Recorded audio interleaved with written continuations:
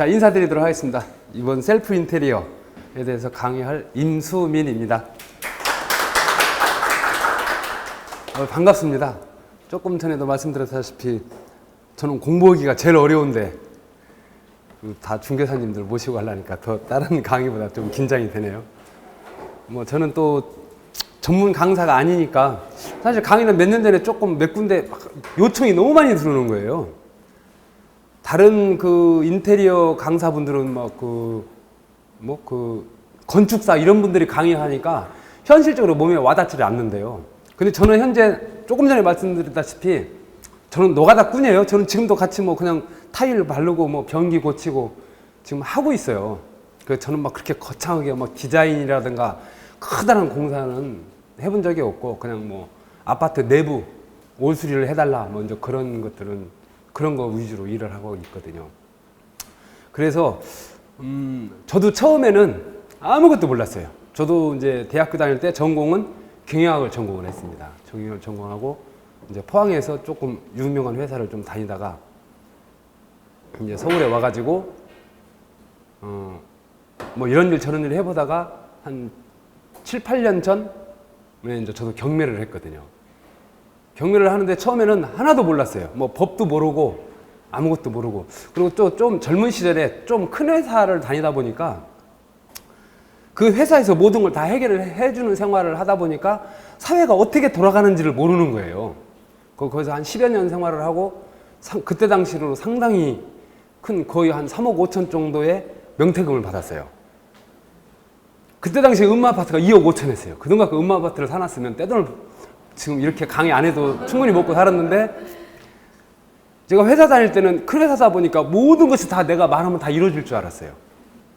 그래서 그 돈을 가지고 장사를 한 번도 해본 적이 없는 제가 장사를 한다고 다 1년도 안 가서 다 까먹었어요. 이제 진짜 서울에는 연고도 없고 마누라하고 애기들 하나는 초등학교 1학년 그 밑에 이제 유치원 다니는 애 둘 데리고 서울에 와서 무작정 서울에 와가지고 서울 지리도 모르니까요. 서울 오르기 전에 제가 혼자 한번 먼저 가봤어요. 어차피 포항에서 내가 살 거 아니라면 저는 고향은 충남 대천입니다. 직장 때문에 이제 포항에 살았죠.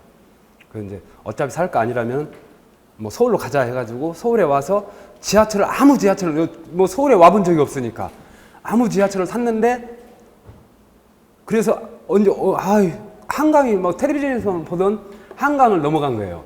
그래서 이제 내려보자 하고서 내린 것이 지금 이수역에 내린 거예요. 그리고 방배동 쪽으로 제가 걸어 나와가지고 마침 그때가 방배동이 수해가 나서 완전 다 잠겼었을 때예요. 그 어떤 집 하나 조그마한 집 하나 수리하는데 전세가 얼마냐 하니까 4천만 원이라 하더라고. 그럼 내가 4천만 원이 있으니까 그 집 내가 전세 계약하자 해가지고 그때 2000년도인가 2001년도인가 이제 서울살이를 시작을 했죠. 근데 여튼 뭐 근데 이제 막 그 큰 회사를 다니다 보니까 어깨에 너무 이 뽕이 많이 들어간 거예요. 그걸 없어지지가 않는 거예요. 그러니까 온갖 고생을 다 했죠. 그러다가 7, 8년 전, 8, 9년 전쯤 이제 경매를 누가 한번 해봐라 해서 공부를 하는데 안 되는 거예요. 그래서 조금 전에 말씀드린 것처럼 공부를 좀 했는데 도대체 안 돼가지고 경매 전문 변호사님한테 사무장으로 써달라 해가지고 거기서 1년을 근무했습니다. 그래서 이제 특수물건 위주로 이제 공부를 좀 했죠. 공부를 하다가 지금 이제 공부를 했어요. 그래서 이제 낙찰을 받았어요. 지금 요 사진에 대한 설명을 먼저 해드려야 되겠네요. 그래서 제가 이제 집수리를 좀 해야 되겠다. 도대체 이게 뭐 집수리가 어떤 원리로 가격이 산정되고 이거 뭐 부실공사인지 아닌지 판단 자체가 안 되니까 뭐 두세 달 뒤에 부실공사 뭐 이렇게 하자가 나오면 또 막 싸게 일하는 사람한테 또 뭐 멀리 사는 사람한테 오라고 하기도 어렵고 그래서 제가 이제 서울시에서 하는 직업학교를 다녔어요. 거기 직업학교를 다니니까 이제 거기서는 의무적으로 자격증을 취득을 해야 돼요. 타일 기능사 자격증에 이게 시험 문제입니다. 이제 이게 이제 요거를 벗겨낸 시멘트를 기역자로 이렇게 해놔요. 이게 지금 시멘트거든요. 이제 요거를 정해진 시간 안에 이 타일을 이렇게 오려서 이렇게 붙이고 이건 이제 변기 넣는 자리, 이건 세면대 이제 배수구 자리를 이렇게 구멍을 정확히 뚫어야 돼요. 깨지지 않게. 정해진 시간 안에 요거를 하게 되면 이제 자격증이 나오는 거죠. 그래서 제가 기억이 나서 좀 이거 한번 해봤습니다. 그래서 제가 이제 경매를 해갖고 이제 특수물건을 이제 낙찰을 받게 돼요. 이게 지금 저기 상도동에 있는 건데요. 빌라 이게 낙찰 받았을 당시에 이제 이 전체를 다 받은 건 아니고 제가 이제 낙찰 받은 것은 이쪽에 이제 한 칸을 낙찰 받았습니다. 근데 이것도 이제 유치권자하고 1년간 소송을 해가지고 결국은 제가 이제 요거를 이제 수리를 했죠. 근데 요거에 대해서 제가 왜 사진을 넣어놨냐면 이제 이게 사실 정해진 시간이 3시간이다 보니까 오늘은 오리엔테이션 날입니다. 모든 강의를 저렇게 막 그냥 주마간 성격으로 하는 것이 아니라 조금 세부적으로 할 거예요, 다음부터는. 근데 오늘은 이제 전반적으로 제가 여러분한테 설명해 드릴 교과 내용이 이러이러한 것들이다 하는 설명하는 차원에서 이제 오늘 시간을 좀 구성했습니다. 이 건물, 그래서 이거 나름대로 좀 의미가 있어요. 제가 왜 여기다 넣었냐면은 저는 이제 다른 사람들, 이 건물 전체의 유치권을 주장하는 사람이 해필 저를 딱 찍어가지고 저에 대해서 유치권 소송을 한 거예요. 건물 전체에 대해서 뭐 예를 들어 16억이면 16억 청구를 저한테 한 거예요. 제가 낙찰 받았는데. 다른 사람도 똑같이 다 낙찰을 받았는데 그 사람들은 그냥 놔두고. 그래서 저는 이제 다른 사람들은 바로 이제 뚝딱뚝딱 인테리어를 가볍게 해가지고 세를 놨어요. 저는 이게 이제 1억 3천 몇백만 원을 낙찰을 받았어요. 근데 딴 사람들은 이제 대충 뭐 도배, 뭐 이렇게 뭐 도배 장판 정도 이렇게 하고서 1억 5천에 전세를 놨어요. 바로. 한 두세 달, 낙찰 받고 나서 두세 달, 뭐 좀 길게, 늦게 놓은 사람이 한 5, 6개월 뒤에 세를 놨어요. 근데 저는 바로 이제 유치권 소송에 대해서 인도명령이 기각돼가지고 이제 본격적인 유치권 소송을 하느라고 1년 걸렸어요. 그 1년 뒤에, 저는 열받죠. 그때 저는 정말 돈이 없어가지고, 제가 전세로 살았던 돈을 빼가지고 월세로 돌리면서 그 차익으로 낙찰받은 게 이 집입니다. 그러니까 얼마나 고통스럽겠어요. 그때 당시만 해도 경락대금의 85%가 대출이 나왔어요. 새마을금고에서 85%니까 뭐 거의 1억 넘게 대출을 받았죠. 한 달 이자가 엄청 나오는 거예요. 근데 경제적으로 어려우니까 매월 그 이자 내는 것도 숨이 가쁜 거예요. 근데 유치권 소송 세월 없이 법에 대한 지식이 없으니 도대체 이 유치권이 어떻게 될 건가 막막한 상황에서 어쨌든 1년을 보냈어요. 1년을 보내고 딴 사람들 1억 5천에 세를 놨는데 제가 이제 이게 낙찰 받았을 당시에요. 지금 이게 계단인데 손잡이가 없잖아요. 이 상태에서 사람들은 1억 5천에 세를 놓은 거예요. 이게 이제 주차장 진입로가 막 이렇게 홈이 파져 있고 그렇잖아요. 근데 저는 소송을 끝내고 나서 바로 이제 난강공사를 했어요. 이게 지금 난강공사 새로 했죠. 그리고 이제 이 계량기 함도 없는데 새로 이제 이렇게 만들고 사람들과 같이 이제 돈을 걷어가지고 이게 이제 옥상인데 거의 뭐 쓰레기장이죠. 쓰레기장인데 이제 이곳을 이제 싹 이렇게 했어요. 그러니까 이 사람들은 나머지 사람, 이게 8세대인데 나머지 7세대는 이러한 작업 이전에 1억 5천에 세를 놓은 거예요. 그래서 딱 이렇게 수리를 해 놓으니까 저는 이제 어떻게 빨리 이거를 세를 놔야 되겠다고 생각을 하고 있는데 부동산에서 2억에 전세 놔달라고 막 얘기가 들어온 거예요. 그래서 2억에 세를 놨죠. 다른 사람보다 이게 이제 비밀로 해달라 이거죠. 그 중개사분들이 그래요. 이제 그 같은 중개사가 이제 그 지역을 독점하시는 중개사분이 계셨는데, 그럼 자기는 만약 이게 알려지면은 전에 1억 5천에 세를 놨는데 당신 집은 2억에 세를 놓으니까 욕먹잖아요. 조금 뭐 1, 2천만 원 더 받는 것이 아니라 5천만 원을 더 받았으니까 욕먹으니까 조용히 해달라 해가지고 했는데 어쨌거나 다른 사람들이 나중에서 이제 알고 뭐 비밀로 할 수가 없잖아요. 열받은 거예요. 그래서 다른 사람들은 제가 한 거 보고서 다 이제 막 문짝도 바꾸고 완전히 그 옛날 그 문짝 필름지 벗겨지는 문짝 있잖아요. 이제 저는 그걸 다 없애버리고 그 ABS 그 문으로 다 바꿨거든요. 그걸 이제 바꿔놓고 제가 세를 비싸게 놓으니까 이제 이 사람들은 그때 당시에 또 집값이 막 올라갈 때였어요. 그 딴 사람들도 더 이제 막 대대적으로 수리를 해가지고 그 사람들은 결국 2억 5천에 이제 2년 뒤에 2억 5천에 세를 놨고 그 저도 이제 5천만 원 더 올려야 되잖아요. 2년 지나가서. 근데 이제 세입자분이 저는 이제 여기 맨 아래층이었었어요. 근데 아기가 있어갖고 자기 이사 갈 수가 없다. 근데 돈이 없다. 좀 자기가 2억 3천까지는 줄 수 있다. 그래갖고 지금 2억 3천에 지금 계속 살고 계세요. 그들이 연락도 안 해봤어요. 어떻게 사는지. 여튼 그랬던 집이에요. 그래서 제가 드리고자 하는 말씀은 인테리어를 이렇게 적시하면 부가가치가 올라가더라. 뭐 중개사분들이니까 더 잘 아시겠지만요. 그런 말씀을 해드리고 싶은 거예요. 뭐 이것은 이제 뭐 경매하시는 분들 상대로 해서 했던 거라. 이 인테리어라는 것은 할 수 있는 것들이 있어요. 대부분 우리가 할 수 있어요. 전등을 바꾼다든가, 뭐 스위치를 교환한다든가, 문 손잡이를 바꾼다든가 이런 것들은 할 수 있는 것들이죠. 근데 할 수 없다고, 이거 어려워서 이걸 못할 거다라고 생각하지만 막상 해보면 별거 아닌 것들이 또 대부분이에요.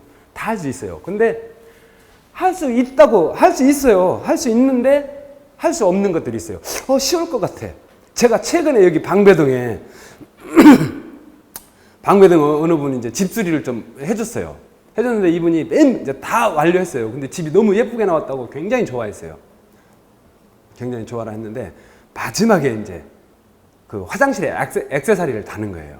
근데 그 집 구조가 어떤 구조였냐면은 이 이제 옥탑방이었던 거예요. 여기가 이제 옥상이잖아요. 이렇게 이제 집 옥상인데 요 위에 옥탑방을 이렇게 만들어 놨던 거예요. 그리고 여기를 제가 다 이제 수리를 한 거예요. 그런데 맨 마지막에 이분이 이제 화장실에 액세서리가 뭐예요? 화장실 이제 우리가 흔히 저런 수전 같은 거 이런 거 팔 때 화장실 액세서리라고 그래요. 그러면 휴지거리, 수건거리, 그 다음에 가운거리. 가운이라고 왜 이렇게 십자로 된 거 있잖아요. 이렇게 돼갖고서 이제 이걸 가운거리라고 그래요. 가운거리. 그 다음에 또 뭐가 있죠? 컵 받침대. 그 다음에 비누 받침대. 그러면 하나, 둘, 셋, 넷, 5가지잖아요. 이게 이제 액세서리 세트예요. 근데 이제 이분은 여기 컵하고 비누하고는 뭐 이건 세트니까 이게 있고, 그 다음에 샤워기 거리. 예. 샤워기 거리가 있잖아요. 샤워기 그 꼭지 거리. 이제 그거를 위치를 좀 옮겨달라는 거예요. 그거 뭐 별거 아니잖아요. 그거 뭐 어차피 연장 다 있고, 그거 옮겨주겠다. 대부분 이 화장실을 손댈 때는 조심해야 되는 것이 뭐냐면 물기를 조심해야 됩니다. 대부분의 집들은 물이 이렇게 바닥으로 들어와서 세면대까지 수도가 이 세면대가 여기 있다면 이렇게 바닥에서 이렇게 벽으로 올라와요. 아니 바닥에서부터 뭐 이렇게 중간에 이제 이렇게 뭐 수전으로 물이 오른다든가. 근데 샤워기 거리는 한 요 정도 높이가 되잖아요. 그러니까 이거 전혀 위험하지가 않죠. 이 수도를 건드릴. 그러니까 저도 무심코 뚫었어요. 뚫었는데 한 30초 있다가 기계로 딱 뚫으니까 막 물이 분수처럼 터져버린 거예요. 그것도 관이 엄청 굵은 거의 한 30mm 관을 정통 가운데 구멍을 뚫어버린 거예요. 그게 마지막이었는데 그거 하고서 저는 한 10분 있다가 다 이제 철수해야 되는데 그거 터져버리니까 어떻게 돼요? 이 건물 전체에 완전 여기는 또 옥탑방이다 보니까 단독 그 물 잠그는 데가 없어요. 이게 6층짜리 건물이었는데 근데 6층만 잠갔어요. 이런 것들은 정말 조심해야 돼요. 이게 왜 이 수도 라인 여기 있었냐면 그 전에 여기에 물탱크가 있었대요. 이 물탱크가 이제 옛날에는 물을 펌프로 위로 올려서 각 세대로 나갔잖아요. 근데 지금은 이걸 없애버렸죠. 없애버리고 여기서 그냥 이어버린 거예요, 그냥. 그러니까 요 파이프가 거의 밑으로 이렇게 내려왔던 거예요. 이것이 있으라고 상상도 못했어요. 이걸 건드려갖고 제가 짜증나서 도저히 작업이 안 되는 거예요. 그래서 이제 동네 다시 이제 집수리업자 불러갖고 이거 좀 끼워달라고 그래갖고서 이것도 하나의 그냥 팁이니까 모 회사에 보일러 회사로 연락을 했어요. 그랬더니 이거를 이제 그러면 여기를 만큼 파내야 돼요. 실제로 내가 구멍 뚫은데 여기인데 이거를 따기 위해서 한 20cm 가량 더 이거를 파야 돼요. 이 시멘트를 벽을 파내고 이제 관이 이렇게 해서 지금 여기가 지금 드릴로 내가 구멍을 뚫어놨으니까 이걸 이만큼 잘라버리는 거예요. 한 20cm 가량 정도를 20cm 가량 잘라서 이제 새로운 파이프로에다 이렇게 이으는 거죠. 이 작업을 하는데 모 보일러 회사에서는 견적을 60만 원 달래요. 근데 그나마 그럼 당장 와서 해줘라. 빨리 여기 지금 해야 나머지 이 6층 건물에 많은 세대들을 밥을 못 해 먹자는 이제 저녁 때가 다가오는데 근데 그나마 60만 원 달라 해놓고 내가 가서 생각을 해보겠다고 돌아와서 다시 전화를 해서 좀 사람 좀 보내달라고 하니까 다 나가고 없다, 할 수 없다, 이렇게 답이 나오는 거예요. 그 이제 동네 철물점한테 어쩔 수 없잖아요. 60만 원이나 불러놓고 이제 동네 철물점 갔더니 20만 원 달라 하더라고요. 그럼 그분 와서 해라 했더니 이제 그분은 좀 나이 지긋한 분인데 와서 뭐 한 두어 시간 걸렸나? 그래갖고 이제 맞췄던 적이 있어요. 이런 것들은 할 수 있지만 이런 거 수도관을 잘못 건드리면 이제 배보다 배꼽이 더 커지는 거죠. 아주 그 최근에 제가 아주 낭패를 본 적이 있어요. 그 이런 것들은 할 수 있지만 쉽게 해서는 안 되는 것들이에요. 그리고 또 할 수 없는 것들이 있어요. 우리가 할 수 있지만 할 수 없는 것들. 예를 들어 가스 관련 파이프 있는 거 아무것도 아니에요. 새지 않게 이을 수 있어요. 하지만 그것은 자격증 가진 사람이 해야 됩니다. 보일러 같은 거. 보일러 설치도 반드시 자격증 가진 사람이, 이번에 옛날에 뭐 펜션에서 사고 났었죠. 그 가스에 중독돼가지고 고등학생들 죽은 사건들. 나는 그 사건 저도 사실 관심 갖거든요. 이게 이제 저도 다음 페이지에 이제 이 관련 법규가 나오는데, 그 보일러를 시공한 사람이 과연 책임을 지었을까요? 안 지었을까요? 다 중개사님이니까 그 정도는 공부하셨잖아요. 어쨌든 셀프 인테리어라는 것은 디자인하고 발주하고 시공하고 감리하고 공사가 잘 됐는지 안 됐는지 이것을 모두 다 내가 한다는 뜻입니다. 뭐 다른 뜻이 아니에요. 인테리어 업자가 하는 일을 내가 한다는 거죠. 근데 인테리어 업자만이 반드시 해야 된다라고 생각되는 게, 해보면 사실 별거 없어요. 다 내가 할 수 있어요. 단지 내가 관심 갖지 않고 어렵다라고 생각을 하고 있기 때문에 그 생각에 갇혀가지고 못 하시는 거예요. 내가 하게 되면 합리적이고 저렴한 금액으로 내가 하고 싶은 대로 할 수 있다는 거죠. 그리고 또 업자한테 저 싱크대를 이렇게 좀 아일랜드 식탁을 좀 이쪽으로 옮겨주세요 이렇게 말하게 되면 싱크대 그 업자는 또 그걸 싫어해요. 왜냐하면 자기네들은 이미 디자인에서 다 잘라왔는데 그럼 현장에서 또다시 가공을 해야 되고 부족한 자재를 갖고 와야 되잖아요. 하지만 내가 한다면 뭐 이렇게 놔봤는데 생각보다 마음에 안 들어. 그럼 다시 옆으로 돌려도 되겠죠. 내가 할 수 있다면 내 마음대로 할 수 있다는 거죠. 인테리어, 셀프 인테리어라는 것은 집을 짓는 것이 아니에요. 제가 이 말을 왜 적어놨냐면, 제가 그전에도 또 몇 군데 강의를 했었어요. 근데 하다 보니까 많은 사람들이 저한테 개인적으로 찾아오고, 어떤 사람은 어느 날 이제 거기도 강의를 5회 참가했는데 마지막 날 어떤 젊으신 분이 양복을 쫙 빼입고 자기 와이프도 아주 예쁘게 하고서 마지막 날 저보고 식사를 같이 하자는 거예요. 근데 마지막 날 이제 종강 파티를 하잖아요. 근데 어쨌든 자기가 기다리겠다는 거예요. 종강 파티 할 때까지. 그러니 사람이 긴장이 되잖아요. 근데 뭐냐면 그 사람이 저보고 문화생으로 받아달라. 일하는데 현장 좀 데리고 가달라. 이제 그 얘기를 하려고. 그럼 이제 자기가 이렇게 개인적으로 부탁을 하면 안 들을 것 같아서 자기 와이프까지 동원했다. 이렇게 한 사람이 있었어요. 제가 어떻게 했을 것 같아요, 그 사람을? 받아들였어요. 그래서 한동안 일을 같이 했어요. 많이 가르쳐주고, 그 사람은 경매 쪽보다는 이제 부동산에서 급매물로 나온 걸 사가지고 이제 수리를 하는 쪽에 일을 했던 사람이 인천에 사시는 분인데, 근데 지금은 이제 뭐 저보다 이런 사실은 더 잘 아시겠지만 주거 공간에 이제 기능이 변화하고 있어요. 주거 공간의 기능. 우리가 단순히 저도 이제 나이를 먹고, 저도 아들이 지금 대학교 3학년인데 호주로 워킹 홀리데이를 가고 지금 외국인 아가씨를 데리고 가고 같이 살아요.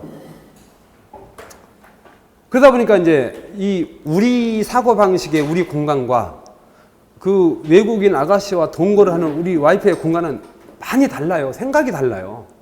그래서 기능이 변화가 있다는 거죠. 우리 전통적 사고 방식이 아니라.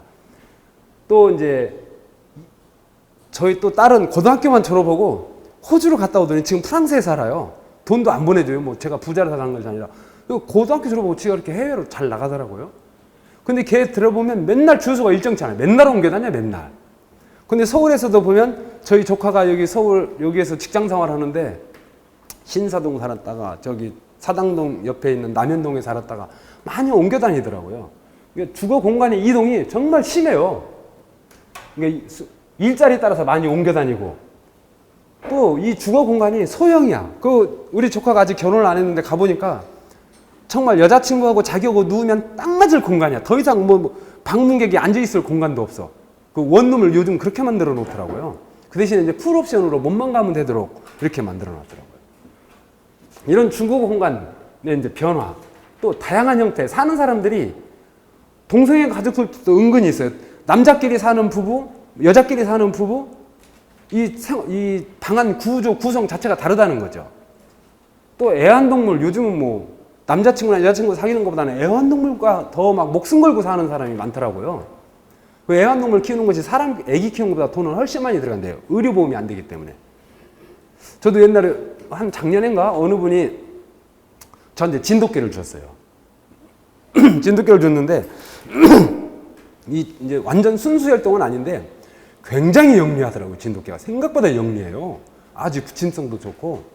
그래서 아주 기억을 받았는데 어느 날 갑자기 자고 일어났는데 빈사 상태에 빠져버린 거예요. 그래서 이제 그때가 일요일 날이었는데 그 지방에 있는 수의사를 어떻게 수배를 일요일 날 막 나와달라고 해서 딱 갔는데 뭐 이렇게 엑스레이 찍어보고 뭐 검사했는데 아무 이상이 없대.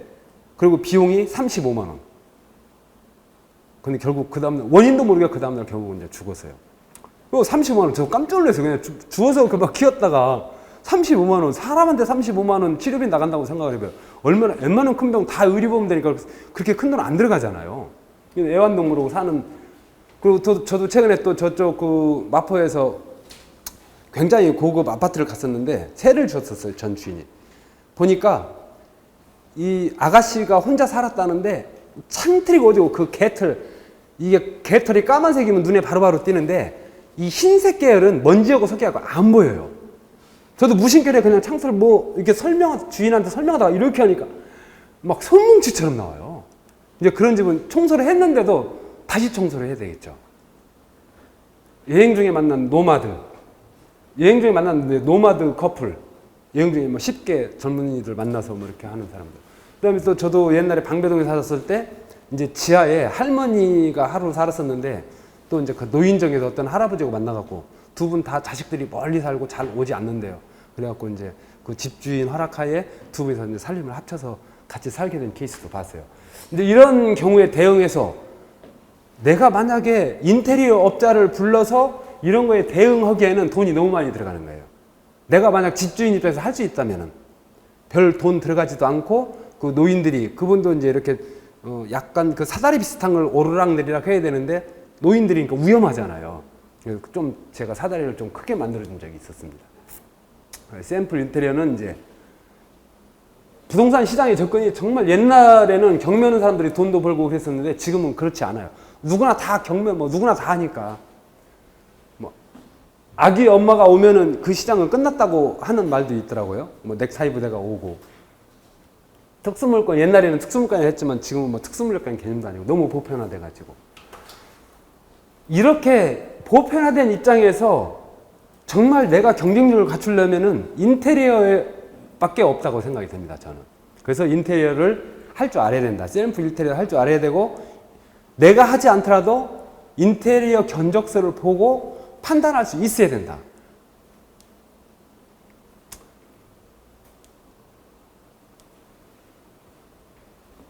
또 이제 점점 집값이 비싸고 그래서 좁은 공간을 인테리어를 할 줄 알면은 저도 그 방배동에 그 인테리어 했던 그 옥탑방도 그 전 사람이 했던 그 막 인테리어 이런 뭐 가구 배치, 싱크대 배치, 화장실, 전기선 이런 것들 때문에 굉장히 좁게 보이는 거예요. 그래서 제가 다 뜯어내고 새로 했더니 집이 굉장히 넓어졌어요.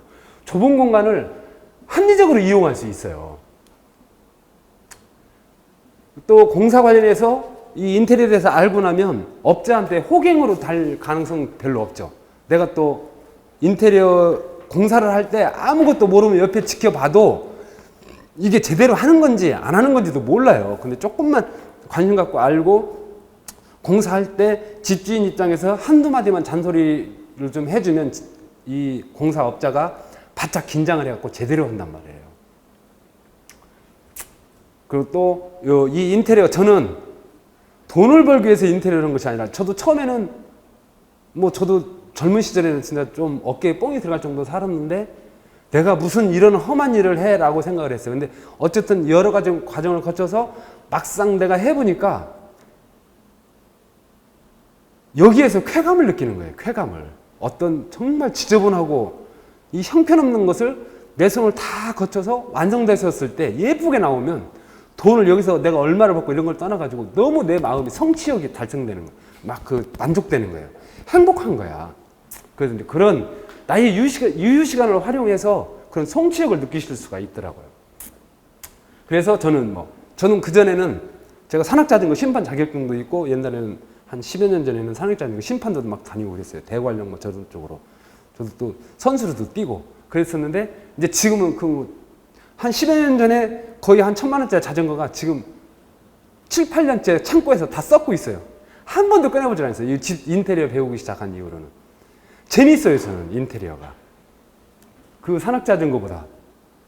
새로운 취미라, 저는 감히 말할 수 있어요. 인테리어가 새로운 취미라고. 그리고 더군다나 지금 또 1인 1기 시대. 제가 지금, 조그마한 철물점을 하고 있는데 그분도 75세에 이제 사회생활 은퇴를 하신 거예요. 그분이 저한테 가게를 넘겨주시면서 하시는 말씀이 내가 한감 넘어서 직장생활 은퇴하고 이거를 시작했는데 처음에는 아무것도 할 줄 몰라갖고 시작을 했다. 근데 이제 지금은 이제 완전 이제 15년 일을 했으니까 거의 이제 됐는데 건강이 너무 안 좋아서 이제 일을 못해서 가는데 은퇴하고 지금까지 딸 2명을 시집을 보냈대요. 그 철물점을 해서 집수리를 해가지고. 그러면서 이제 노후 대책도 되는 거라고 저는 생각이 됩니다. 저런데 지금 노인정 근처 아파트 사이에 있는 그런 공원, 조그마한 소공원 같은 데 가보면 60대 초반 되는 사람들 많이 놀아요. 그냥 하염없이 담배만 피고 장기 놓고 막걸리나 마시고 많더라고요. 근데 그런 분들이 조금만 이런 데 좀 관심 가지고 하면 저도 갑자기 혼자 할 수 없는 일들이 있어요. 그럼 사람을 부르고 싶은데 부를 사람이 없어요. 같이 와서 해줄 사람이. 그래서 좀 그런 요즘에는 또 1인 1기 하나의 기술을 가져야 될 시대에서 이 인테리어는 여러 가지 좋다.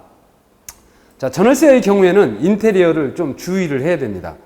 저도 지금 내일 그 광흥창역에 있는 모 아파트에 지금 늘 인테리어를 좀 부분적으로 손봐주기로 했는데 전 주인이 젊은 사람이었대요. 그런데 거실등을 없애버리고 방등 2개를 띄엄띄엄 이렇게 붙여놓은 거예요. 이렇게 띄엄띄엄 해놓고 저쪽 그것도 한쪽으로 몰아놓고 저 창가 쪽으로는 레일등을 달아놓은 거야. 포인트 등 비슷하게. 젊은 자기들은 좋은지 몰라도 좀 나이 드신 사람에게는 너무 이상한 거예요. 이 거실이. 폼도 안 나고.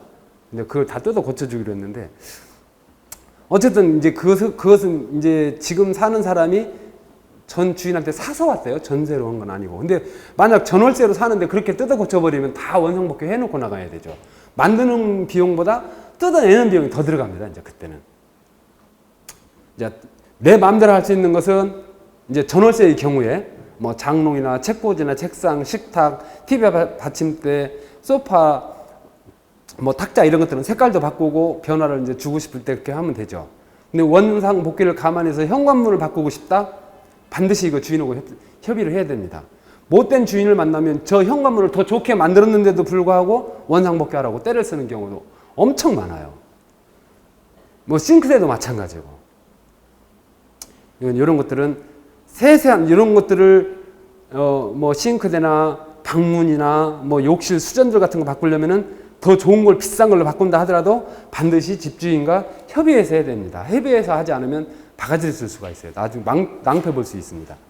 임차할 때는 그래서 임차할 때 보면은 집이 낡은 것은 얼마든지 고칠 수 있어요. 벽지가 더러운 주부들은 흔히 벽지가 더러우면 전체를 다 이렇게 더럽게 봐요. 근데 벽지는 더러워도 상관이 없습니다. 다시 하면 되니까. 싱크대와 화장실이 깨끗한 집을 고른다. 도배, 장판, 문짝은 도색만 해도 완전히 이제 새로운 집이 되는 거죠. 싱크대와 화장실의 경우는 원상복귀가 어렵습니다. 주인이 원상복귀를 하라고 할 때는. 계약할 때, 저도 지금 최근에 그 철물점을 인수하면서 계약을 하는데도 그 중간 부분에 이렇게 특수조항을 적는 란이 있더라고요. 거기다 이제 세부적인 걸 좀 적었는데, 그런 것들을 활용해서 나중에 이제 임대 한 사람과 임차인과의 분쟁을 미리 대비를 하셔야 됩니다. 제가 몇 년 전에 한참 경매를 할 때 저기 벽제동에서 어떤 19개 되는 빌라를 토지를 낙찰받은 적이 있었어요. 근데 그 토지를 낙찰받았으니까 이 건물은 어떻게 돼요? 토지 없는 건물만 주인들이 있었던 거죠. 근데 그 토지와 건물이 분리됐는데도 다 세가 나갔던 거예요. 그 세를 누가 놓았겠어요? 중개사님이 놓으신 거잖아요. 근데 그 사람들한테 아니 당신이 어떻게 중개사가 이런 집을 어떻게 소개를 해서 왔냐는데 그때만 해도 막 그 전세가 막 부족할 때였으니까 그 중개사님이 그 1억 원짜리 그 증권 그걸 보여주면서 걱정하지 말아라. 너 전세 금액이 4,500에서 5,000밖에 안 되는데 다 해줄 수 있다고 했다는 거예요. 그게 19세대예요. 이제 진짜 어이가 없는 상황이죠. 그런 적도 있어요. 그래서 이거 임차할 때 지금 원상복귀는 이제 여기 신문에 났던 기사 2016년도에 그 기사인데요. 어쨌든 세입자는 항상 을입니다. 저도 세도 많이 살아봤고 했지만 항상 을이에요. 뭐 이것이 맞네, 합리적이네 아니네, 합법적이냐 아니냐 이런 걸 떠나가지고 세입자는 어쨌든 을입니다. 이게 이제 인터넷에서 제가 이제 따온 건데요. 이건 신문 기사입니다. 나갈 때 벽지나 마룻바닥, 못자국 등을 원래 상태로 회복시키거나 그 비용을 내놓으라고 요구하는 집주인이 늘고 있다. 근데 이런 것들은 법원 판례상 원상 회복 의무와 무관하다는 이야기는 들었지만 집주인이 이런 것을 문제 삼아서 돈을 내주지 않는다 이 말이죠.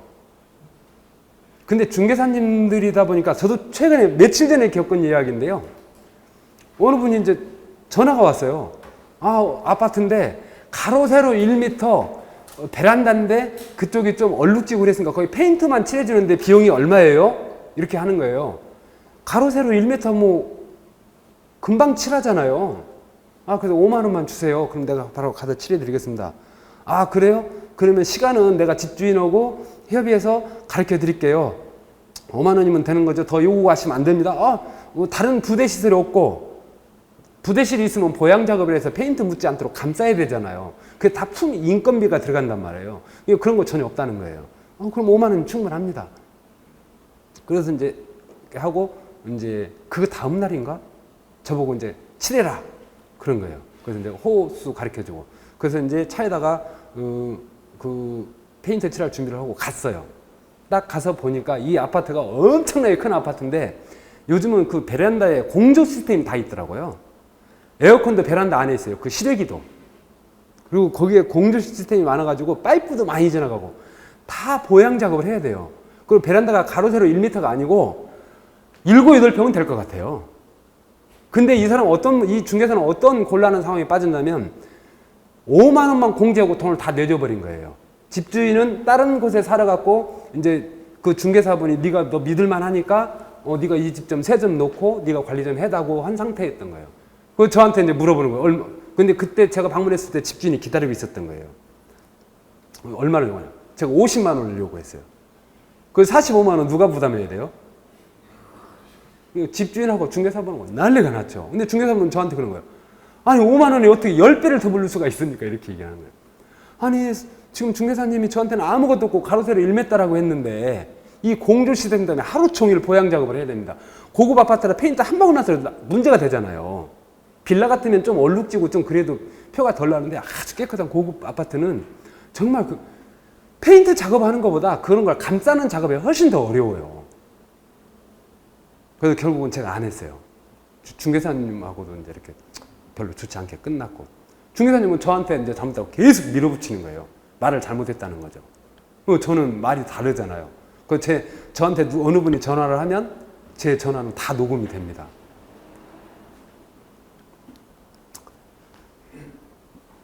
그래서 거실 확장이나 에어컨 환풍기 이런 것 에어컨 환풍기 구멍 같은 것은 여기 써 있죠.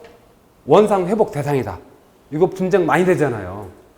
그 에어컨 구멍, 에어컨 위치나 또 이제 옛날 있었던 구멍을 활용하면 괜찮은데 세입자가 또 유독 별나가지고 딴 데다 구멍을 뚫어버린 거야. 이런 경우 많습니다. 이제 여기 이것도 이제 네이버 지식인 2015년도 3월달에 나왔던 내용인데요. 이제 돈을 안 준다는 거죠. 돈을 안 주는 이유가 이것 때문에 안 주는 거예요. 이제 집주인이 이 정도, 이건 사실 인간적으로 그냥 넘어갈 수 있으면 넘어갈 수 있는 부분이잖아요. 이건 결국 이제 만약 이 새 사는 사람이 이 필름 시공하는 요령만 알았다면 나가기 전에 이거 한 5, 6만 원어치 필름 사다가 조금만 작업해 놓으면 주인 알아볼 수가 없어요. 근데 그 사람은 그걸 몰랐기 때문에 이제 이런 낭패를 보게 된 거죠. 여기 이제 제가 인테리어를 강의하기 위해서 여기 지금 사진에 보면 하얀 가루, 필름 안에 하얀 가루가 있어요. 이게 뭘까요? 이제 공부 좀 하시라고 내가 이렇게 해놨어요. 이게 이제 제가 다음번 강의에 바탕면 정리라는 그런 내용으로 이제 강의를 할 건데, 이제 이 문틀이 이 사진상으로 봤었을 때 이 문틀이 굉장히 오래된 문틀이고 파손이 훼손된 문틀이었던 거예요. 근데 인테리어 업자가 필름 작업하기 전에 그 수평을 잡아놓은 거야. 그 수평 잡아놓을 때 퍼티라는 걸 이용을 합니다. 근데 이게 퍼티가루인 거예요. 퍼티가루. 근데 이거는 이제 건물의 하자 보수 및 손해배상 청구를 하는데 도대체 어디다가 근거를 두고 손해배상 청구를 해야 되냐 하는 것에 대해서 조금 우리가 한번 이건 이제 법에 대한 내용인데 막 법하면 졸립잖아요. 이 졸리운데 뭐 제가 다 설명은 안 드리겠습니다. 그 교재가 다 나가 있으니까 요것을 한번 쭉 뭐 외울 필요는 없겠어요. 근데 한번 읽어보시면 전반적인 법의 흐름을 이해하실 수 있어요. 뭐 이런 것들은 조금 이제 알아두면 좋겠죠. 미장이나 타일 같은 건 1년 안에 뻐개지면은 다시 요구할 수 있단 말이에요.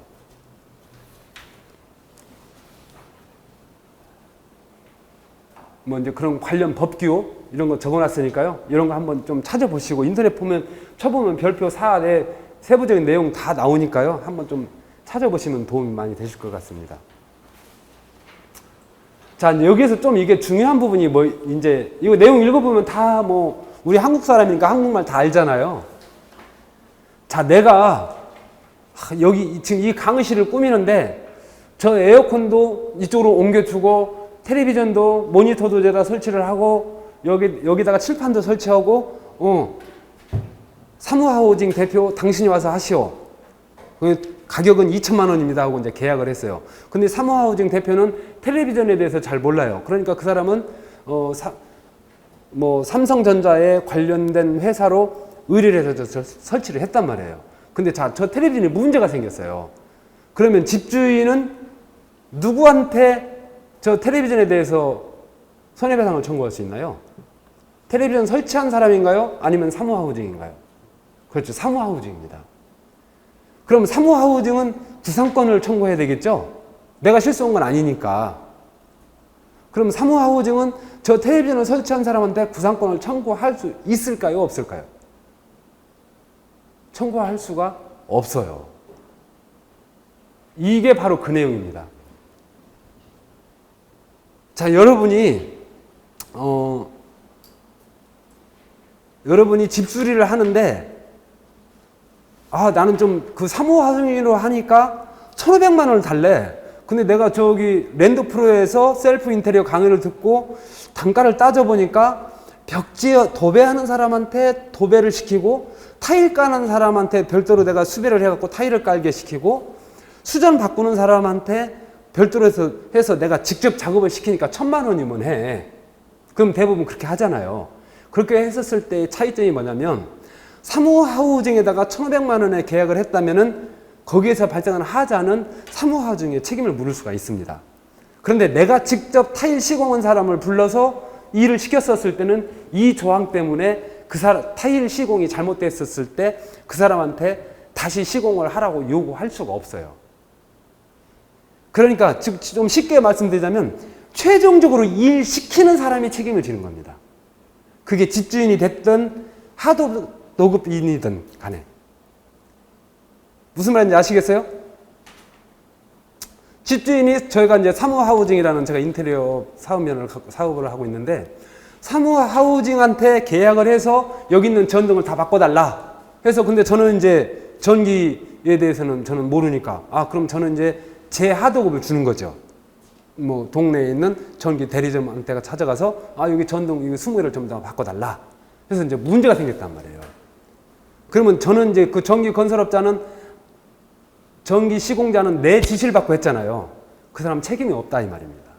근데 그것이 그러니까 결국은 내가 관리 감독을 잘 못하게 된 대가를 치르게 되는 거예요.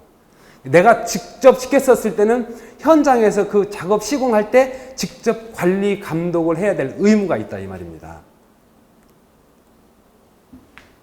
딱 명심하셔야 됩니다 이거. 그래서 동네에서 이렇게 막 그 일일 용역하는 사람들이 와서 인터넷 찾아보면 그런 내용이 많이 나와요. 기술이 없는데 기술이 있다고 속이는 거예요. 그리고서 인건비를 뭐 하루에 15만 원, 뭐 기술자는 25만 원, 30만 원인데 아 나는 20만 원만 주면 하겠다 해갖고 이제 그 욕조 위에 타일을 몇 장 까는데 연장을 놓쳐갖고 욕조를 깨버리는 거야. 비싼 욕조를, 대리석으로 된 욕조를. 그럼 이 타일 시공업자는 이제 열이 받은 거죠. 타일 시공은 20만 원에 하기로 했는데 욕조는 100만 원짜리 깼으니까 어떻게 돼요? 타일 업자한테 요구를 해야 되잖아요. 소송을 했어요. 근데 졌어요. 왜? 지시에 따랐잖아요. 그렇죠. 그래서 그 일일 용역한 사람은 배상의 의무가 없다. 그런 말 했습니다. 뭐 이런 내용들을 조금 이렇게 좀 사례 같은 걸 생각해 가면서 좀 읽어보시면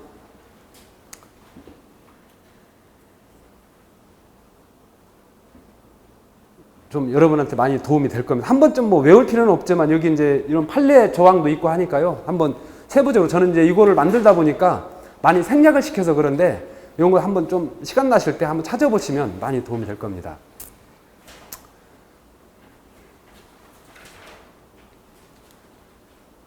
담보 책임 기간 뭐 이런 거 담보 책임 면제 특약 같은 거 이런 거 좀 한번 알아두시고요.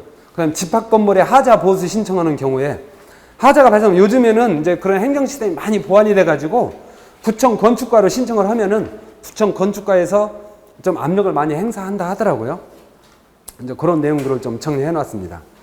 근데 이게 3년이 지나가면, 맨 밑에 있죠? 완공 후 3년이 지나가면, 3년 후에 이제 어떤 하자가 발생하게 되면, 과실로 인한 훼손이 인정되어서 이제 감액이 들어갑니다.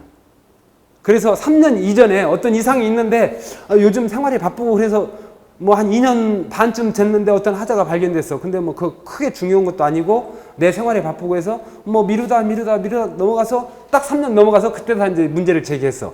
그러면 이제 그때부터 감액이 이렇게 들어간다 이 말입니다. 그래서 하자가 발생됐었을 때는 바로 하시는 게 좋습니다.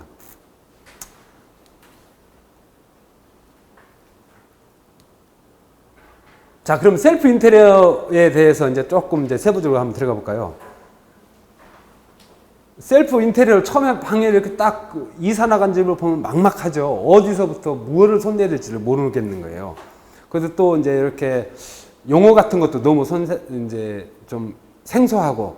근데 제일 먼저 이 미장에 대해서 제가 요거 이제 시멘트 풀이라는, 근데 이 현장 용어는 어떤 연장은 연장을 하는데 명칭이 7, 8가지가 있어요. 쓰는 사람, 부르는 사람마다 다 달라요. 그러니까 전혀 다른 연장같이 들려요. 뭐 일본어, 한국어, 영어가 막 뒤섞여가지고.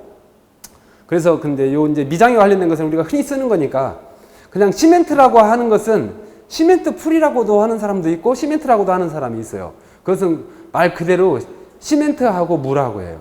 근데 좀 우리가 헷갈리는 게 레미탈이라는 게 있어요. 레미탈. 몰탈이라고도 하죠. 요 레미탈을 사람들이 일반인들은 자꾸 시멘트라고 불러요. 그래갖고 이제 저도 급할 때는 뭐 집주인한테 가서 좀 저 몰탈 좀 한번 사오세요. 그러면 나는 분명히 몰탈이라고 말을 했는데 이 사람은 그게 시멘트지. 그것만 생각하고 가서 철문에 가서 시멘트를 사갖고 와버리는 거예요. 시멘트는 말 그대로 순수 시멘트입니다. 그러면 거기다가 모래를 집어넣고 비벼야 돼요. 몰탈은 이미 모래가 투입돼갖고 섞어놨어요. 물만 섞으면 돼요. 용도가 다릅니다. 시멘트하고는. 그래서 좀 용어 정리를 좀 해놔봤습니다. 그 다음에 이제 또 타일 같은 경우는 우리가 인테리어를 새로 집 짓고 하는 인테리어가, 제가 말씀드리는 것은 새로 집을 지어가지고 새로 하는 인테리어에 대해서 말씀드리는 것이 아니라 좀 보수, 기존에 해놨던 것을 보수하는 측면에서 말씀드리고 있습니다. 타일은 이제 신규 이제 시공해도 상관이 없고요. 또 뭐 확장을 욕실을 좀 확장을 했다면 시멘트 본에 새로 이제 타일을 시공을 해야 되겠죠. 근데 우리가 대부분 중개업을 하다 보면 기존에 이미 임대 나왔던 것을 내가 다시 재임대하는 경우가 많잖아요. 그런데 집주인한테 어떻게 이 집값을 올릴 수 있는데 조언을 좀 해주셨으면 좋겠어요. 저도 맨 처음에 이제 부동산에 전혀 관심이 없다가 경매로 시작해서 제가 맨 처음에 아까 처음에 사진 보내드린 것도 그것을 주로 했던 그 중개사 자격증은 사실은 어느 사장님이 갖고 계시고 그 밑에 여자 실장분이 계셨는데 그분이 좀 머리가 아주 스피디하게 잘 들어오셨던 것 같아요. 그분이 저한테 저는 이제 처음 낙찰 받아서 뭐 그런 경험이 없으니까 그분이 그렇게 얘기를 하더라고. 문짝 바꾸고 장판 데코 타일 바꿔버리고 뭐 이제 벽지 다 바꾸고 이렇게 해라. 그래서 그대로 했었어요. 그렇게 하니까 그렇게 하지 않은 집보다 5천만 원을 더 받았던 거죠. 이제 타일 같은 경우 이제 덧방이라고 그래요. 타일 기존에 있는 타일을 제거하고 타일을 신규로 시공을 다시 해야 되는데 그렇게 하면 돈이 너무 많이 들어가요. 왜냐하면 타일 제거 비용이 따따블로 들어갑니다. 그 맨손으로 되지도 않고 또 아파트 같은 경우는 소음이 굉장합니다. 기계로 뜯어내면은 아파트 전체가 뭐 10층짜리 건물이 울려요. 이거 너무 이제 민원도 많이 발생하죠. 그래서 그런 때는 바로 덧방을 해버리는 거예요. 그다음에 이제 목공 이제 타일 같은 경우는 이제 벽 타일, 또 이제 빌라 같은 경우에 보면은 주방 타일이라고 왜 그 상부장과 하부장 사이에 어떤 집은 막 필름 이렇게 입혀놓은 집도 있고 어떤 데는 벽지 바르는 데도 있고 근데 그런 때는 타일을 살짝만 발라주면 집이 굉장히 완전 새집 돼버려요. 그거 하나 바르는데도 그거 바르고 벽지만 도배만 다시 해줘도 근데 그런 거 하려면 타일 시공하시는 분 부르면은 아무리 조금 해도 하루에 인건비를 줘야 됩니다. 하루에 뭐 타일 시공 오시면 하루 인건비가 얼마일 것 같아요? 그렇죠. 25만 원에 30만 원 달라고. 선수는 30만 원 준다고 안 와요. 25만 원 정도 하는 사람은 이제 타일을 막 배워가지고 이제 조금 이제 어디 날품팔이 할 수 있는 그런 기능을 갖고 있는 사람이 25만 원에 와요. 저는 제가 이 인테리어를 본격적으로 하기 전에 이제 막 처음 무렵이었죠. 벽에 붙어 있는 이렇게 스위치가 있었어요. 스위치가. 근데 이 스위치가 이게 영 마음에 안 드는 거예요. 그래서 이걸 교체하려고 이걸 뜯었어요. 이제 그래서 뜯어보면 속에 이렇게 이제 선이 두 가닥 나와 있잖아요. 그러면 이 스위치 박스 안에 정상적인 경우에는 이걸 이렇게 많이 감아놔요. 이렇게. 왜냐하면 다음에 이걸 교체할 때 좀 여유 있게. 근데 이것도 그 이전에 시공한 사람이 아마추어가 시공을 한 거죠. 그러니까 이런 것은 눈에 보이지 않지만 불량 시공이죠. 부실 시공이란 말이에요. 선이 여유가 없는 거예요. 이렇게. 그러다 보니까 이게 여기를 뚝 끊어 먹어버렸어요. 너무 짧으니까 이 새로운 스위치를 꼽다 보고 껍질 이제 피복을 벗겨서 끼우다 보니까 이거 자꾸 건드리다 보니까 이게 끊어져 버린 거예요. 이만큼이. 선 하나를 끊어 먹었어요. 이거 어떻게 해요? 이을 수가 없어요. 이거 끊어져 버렸으니까. 그때 당시에는 제가 기술이 없었단 말이에요. 어떻게 해요? 그래서 막 이제 네이버로 뒤졌죠. 이제 이것도 경매로 낙찰받은 집이니까 저는 그 동네에 대해 전혀 모르잖아요. 그래서 어떤 이제 문제는 뭐냐면 몇 사람은 이제 그 동네 이름을 치니까 한 서너 사람이 나왔는데 그거 하러 안 간다는 거예요. 얼마를 받겠냐는 거죠. 안 간대요. 근데 어떤 한 사람이 딱 뭐라고 얘기하냐면 자기한테 18만 원을 달래요. 왜? 자기는 원래 30만 원짜리 기술을 가지고 있는 사람인데 당신 때문에 내 일을 못, 내가 이제 그랬어요. 아니, 이거 기술자는 어떤 방법이 있으려니 생각을 했죠. 이거 해주는데 무슨 18만 원, 이거 내가 볼 때는 30분이면 하는데 나 요령만 가르치면 나 혼자도 할 수 있다고. 그랬더니 그 사람 논리가 내가 당신 때문에 오전 일 자체를 하지 못한다. 그러면 반 인건비는 줘야 되는 거 아니냐. 근데 어떻게 나는 급한데. 그래서 와서 해달라고 그랬어요. 그러니까 와서 하니까 이 사람이 어떻게 하냐면 드릴로 이만큼 까버린 거예요. 나는 까는 드릴도 있었어요. 이미 현장에. 그 생각을 못 했던 거죠. 이만큼 까니까 선이 이만큼 이제 속에 선이 이렇게 있잖아요. 그럼 끄집어내갖고 이제 이어갖고서 이만큼 떼준 거죠. 30분? 18만 원 그냥 그대로 뜯겼어요. 이게 인테리어에 대해서 알고 있느냐 모르고 있느냐의 차이입니다. 이미 나는 이걸 뜯는 연장도 다 있었다니까요. 근데도 그 생각을 못 해가지고.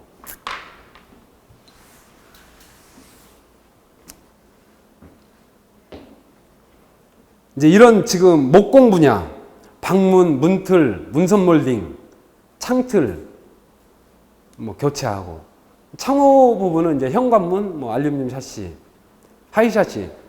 저는 이제 대부분 인테리어 할 때 알루미늄 샤시는 전부 다 하이 샤시로 바꿔버리라고 그래요. 근데 이 부분이 사실 돈이 제일 많이 들어가는 부분이에요. 근데 알루미늄 샤시가 어떤 문제가 있냐면, 이 집이 여름에 덥고 겨울에 추운 집은 전부 다 알루미늄 샤시 때문에 그래요. 알루미늄 샤시는 열 전도율이 높아서 바깥에 뜨거운 태양열을 그대로 안으로 갖고 와요. 그리고 또 겨울에 방 안에 뜨거운 그 공기를 알루미늄 샤시가 밖으로 다 전달해서 다 뺏겨버리는 거예요. 근데 하이 샤시는 플라스틱 소재이기 때문에 전도율이 낮아요. 방이 따뜻해요. 이거 샤시만 바꿔도 진짜 보일러 전기세, 전기료죠. 전기세가 아니고 엄청 절감이 됩니다. 전기 조명에서 저도 지금 뭐 마포 근처에서 집수 일을 하고 있지만 제가 제일 많이 하고 있는 일이 전등 교체하는 일이에요. 고급 아파트라고 가봐도 아직도 3파장 램프가 여전히 있어요. 그런 거 빨리빨리 바꿔주면 그 집은 바꿀 때는 목돈이 들어가지만 수명도 오래가고, LED 전등이요. 이제 그 나중에 다음 시간에 제가 LED 전등을 어떻게 설치할 거고 가격은 어느 정도 하는지, 뭐 제가 막 기분이 좋으면 실제로 제가 시공하고 있는 샘플도 하나 갖다 와서 보여드릴 수 있어요. 근데 요즘 LED 전등, 고급 LED 전등은 좀 꽤 무거워요, 그게. 지금 여기 아까도 말씀드렸지만 여기 맨 앞에 보시면 협조해 주시면 갖고 와서 한번 보여드리도록 하겠습니다. 그 다음에 이제 설비라고 이제 전기 조명은 뭐 콘덴서 같은 것도 오래된 집들은 깨진 경우도 있고 뚜껑이 날아간 경우도 있고, 또 깨지지 않더라도 막 발해가지고 그런 것만 새 걸로, 이거 콘덴서 하나에 뭐 5,000원, 6,000원 하거든요. 비싸게 주고 산다 해도, 동네 철물점 가서 산다 해도, 뭐 싸게 사면 2, 3,000원짜리도 있고. 근데 그런 것만 바꿔줘도 집이 그거 바꿔주고 도배만 한 집과 그거 바꾸지 않고 도배만 한 집, 이런 스위치나 콘덴서를 교체하고 도배한 집하고는 가격은 몇만 원 차이인데요. 이렇게 고객 입장에서 들어갔었을 때 느껴지는 그런 이미지는 완전히 다릅니다. 이런 건 바꾸셔야 돼요. 별거 아니지만 이런 것들. 그 다음에 지금 그 유가 설치, 제가 6번 항목에, 혹시 유가가 뭔지 아세요? 유가. 그렇죠. 배수구, 사각진 거. 이거 용어 아는 사람도 드물어요, 사실은. 그렇죠. 이게 배수구, 화장실에 보면 뭐 이제 이런 식으로 구멍이 뚫려 있잖아요. 이걸 유가라고 그래요, 유가. 왜 이름이 유가인지는 저도 모르겠어요. 이런 거 빌라 같은 데 가보면 오래된 빌라는 이게 없어요. 근데 오래된 빌라도 그 옛날 방식으로 해서 뭐 냄새도 안 나고 괜찮아요. 하지만 이거 유가 가격이 뭐 철물점에 가면 뭐 싸게 파는 데는 한 5, 6천 원, 비싸게 파는 데는 한 10,000원에 팔아요. 아니면 뭐 12,000원, 3,000원 파는 데도 있고. 이것만 설치해줘도 빌라가 살아 보여요, 그 집이. 화장실이 아주 막 깨끗해 보여요. 옛날 방식 그거보다. 돈 안 들이고서도 이건 쉽게 할 수 있는 것들. 뭐 싱크대 상부장, 하부장. 이거 빨리 해야 되는데 시간이 너무 많이 지나. 시간이 왜 이렇게 빠르지? 그 다음에 이제 페인트에 대해서도 수성과 유성의 차이점. 지금은 거의 유성을 안 씁니다. 옛날에는 이제 뭐 수성이 뭐 쇠우이나 이런 때는 유성을 많이 썼었어요. 현관문 틀 같은데. 그런데 요즘은 수성이 너무, 그 유성은 인체에 해로워요. 유성의 유해 성분이 6개월 정도 나온답니다. 계속해서. 왜 그러냐면은 유성은 이 표면서부터 말라 들어가요. 그러면 휘발성 물질이, 표면이 말라버렸기 때문에 안에 있는 휘발성 물질이 빠져나오지를 못하고 장기적으로 조금씩 나오는 거예요. 그래서 그 뭐 환경 호르몬이 계속 나오는 거예요. 그런 유해성 문제 때문에 실내에서는 대부분 다 수성을 씁니다. 근데 초반에는 수성 페인트의 성능이 떨어져가지고 뭐 쇠에다 붙이면 다시 떨어진다든가 이런 부작용이 있었는데, 지금은 정말 저 수성도 개발이 많이 돼가지고 잘 안 떨어져요. 그리고 또 뭐 바인더라는 게 있고, 흔히 여러분들 제소라고 들어보셨을 겁니다. 제소, 바인더 같은 말입니다. 먼저 그런 것들이 있어요. 나중에 페인트 시간 또 별도의 시간이 있을 겁니다. 그다음에 이제 도배 장판도 이제 도배도 저도 초반에는 실크를 많이 썼었어요. 근데 실크는 뭐 시공하는데 좀 더 어렵고 요즘에는 합지도 잘 나와요. 값도 싸고 시공하기 간편하고 이제 외부 공사, 데크 설치, 뭐 이제 방수는 또 별도의 문제입니다. 셀프 인테리어를 한다면은 재활용과 보수 방법을 자꾸 연구를 하셔야 돼요. 그러면 비용 절감이 많이 됩니다. 인테리어를 할 때는 제일 먼저 청소를 하셔야 돼요. 청소를 하지 않고 구상을 하면 그 구상이 다 안 맞습니다. 일단은 돈을 들여서라도 처음에 뜯어낼 건 다 뜯어내버리고 버릴 건 버리고 끄집어낼 건 끄집어내놓고 깨끗한 상태에서 상상을 하셔야 돼요. 저 문손잡이는 뭘로 하지? 싱크대는 어떻게 하지? 뜯어내놓고 제일 먼저 청소부터 하셔야 됩니다. 그리고 이제 수첩에다가 내 멋대로 도면을 그려보자. 여기서 이제 저도 이제 흔히 하는 실수인데요. 대충 이제 막 급하니까 여기 스위치 여기 스위치가 3개, 2구 스위치가 3개, 뭐 4구 스위치 2개, 콘덴서가 7개 딱 세갖고 가서 철물장에서 사갖고 와요. 시공하다 보면 2개가 부족한 거야. 잘못 세갖고. 저 베란다 쪽에 있는 또 콘덴서 하나를 빼먹은 거야, 내가.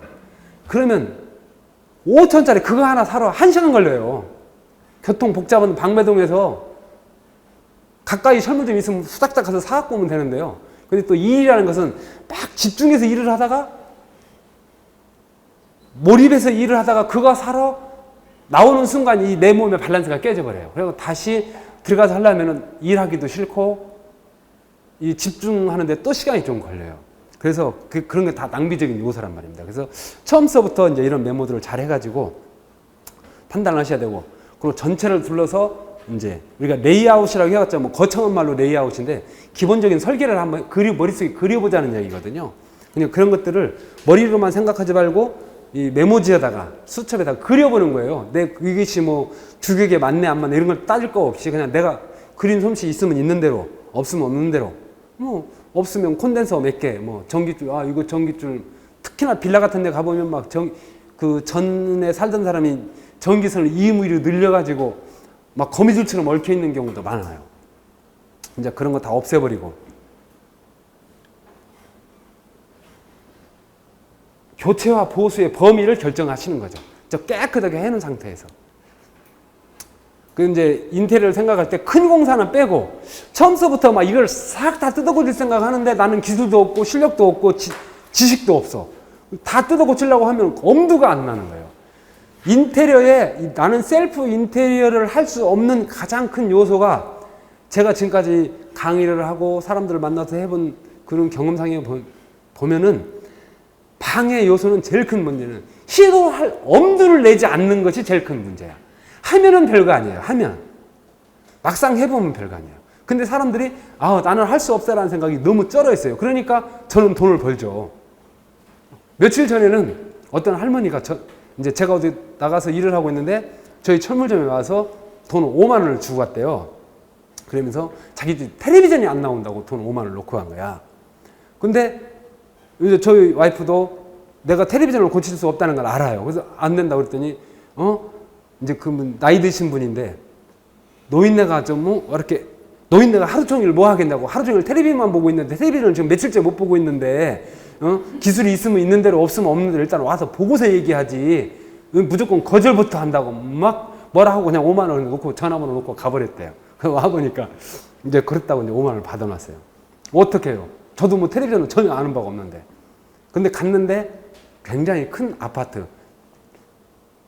79세 된 할아버지하고 80세 된 할머니인가? 이제 옛날 분들은 좀 여자분이 한두 살 더 많은 경우 많잖아요.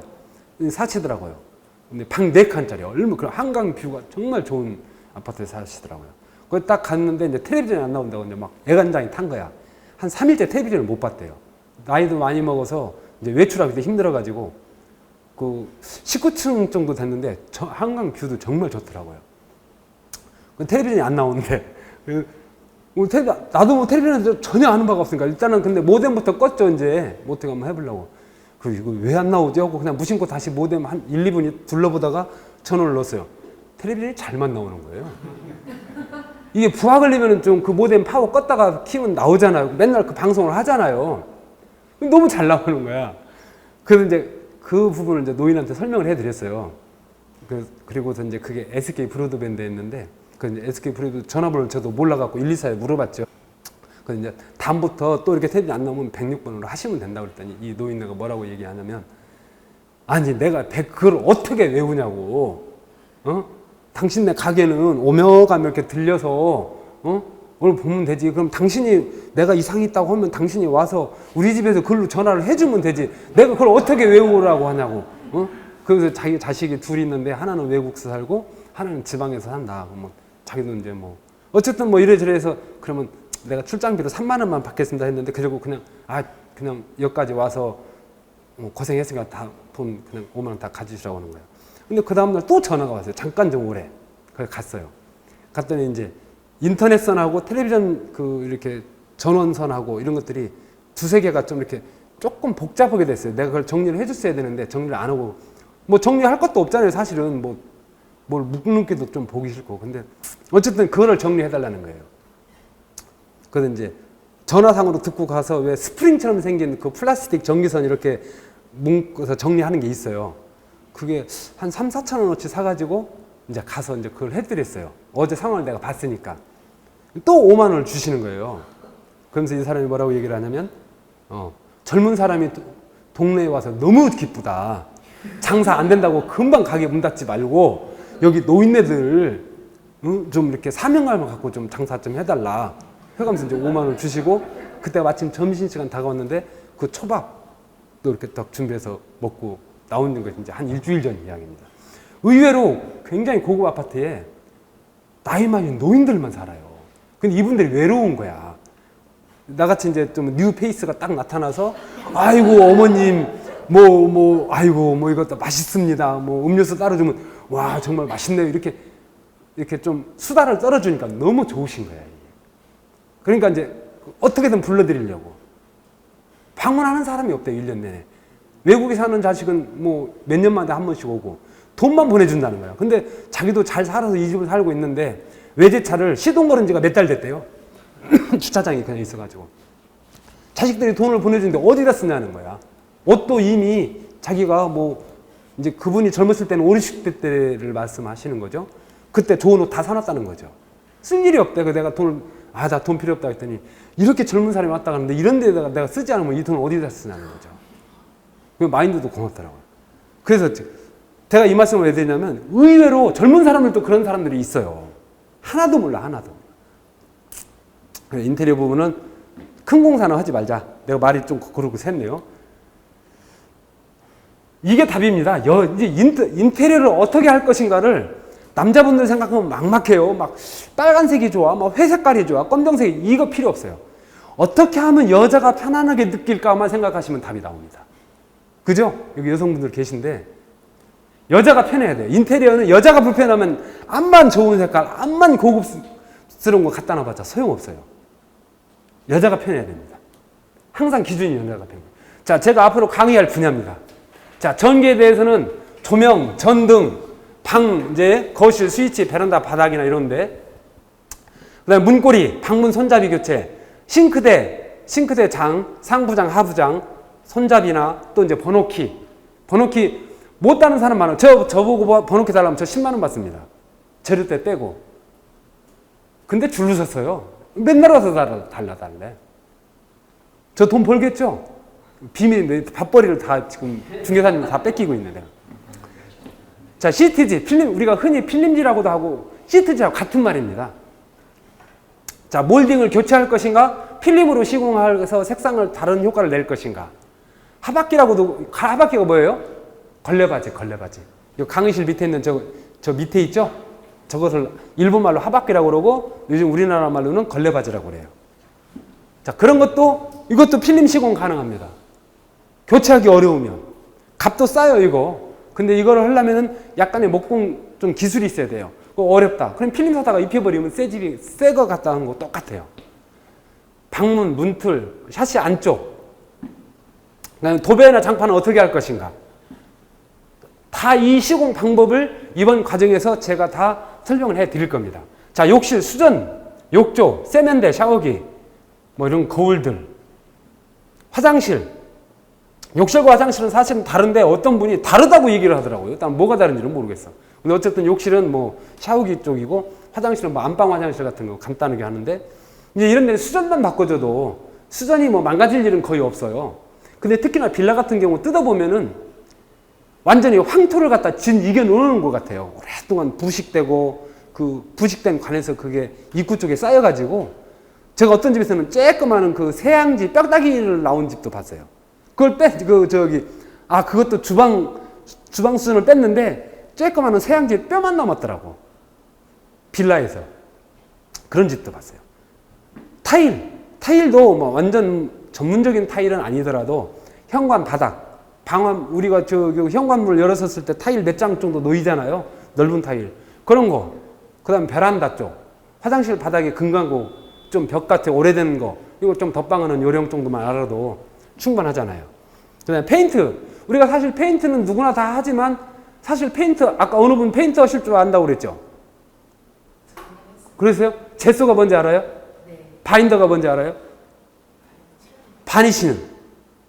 바니쉬. 모르죠? 바니쉬 알아요? 바니쉬가 맨 마지막에 비닐 코팅 하는 겁니다. 네. 샤웨사. 그거는 이제 유성 페인트 쪽인데, 이제 그런 것도 모르고 우리가 하고 있단 말이에요. 하고 나서, 이거 페인트 발랐더니 망했네. 제대로 쉬고 않고 다 일어나네. 이제 페인트를 발랐는데 몇 달 안 가서, 한 1년도 안 가서, 뭐, 껍질이 일어난다? 이건 시공을 잘 못한 겁니다. 방법을 몰라갖고 방법대로 안 한 거예요. 이제 그런 지식들에 대해서 제가 말씀을 드릴 겁니다. 페인트에 대해서. 그 다음에 방문, 요즘은 빌라 같은 경우는 방문턱을 없애는 추세죠. 방문턱. 그럼 없애고 어떻게 마감할 것인가. 어떻게 없앨 것인가. 뭐 그런 거에 대해서. 또 걸레바지, 아까 말씀드린 하박기, 이거, 하박기, 천장 몰딩, 이거, 데크. 뭐 이렇게 가게 같은 데 가면 이렇게 판자 깔아놓은 거 있잖아요. 이제 그런 거. 이런 거에 대해서 제가 이제 다음 시간에 순차적으로 하루에 이제 2가지 항목 아니면 1가지 항목 이렇게 해서 이번 강의에 8회차 강의죠. 네, 8회차 강의 세부적으로 제가 최대한 할 수 있는 데까지 해드리도록 하겠습니다. 자, 이제 전기에 대해서 설명을 드리는데 한 10분간 쉬고 15분에, 지금 8시 5분이거든요. 15분에 다시 시작하도록 하겠습니다.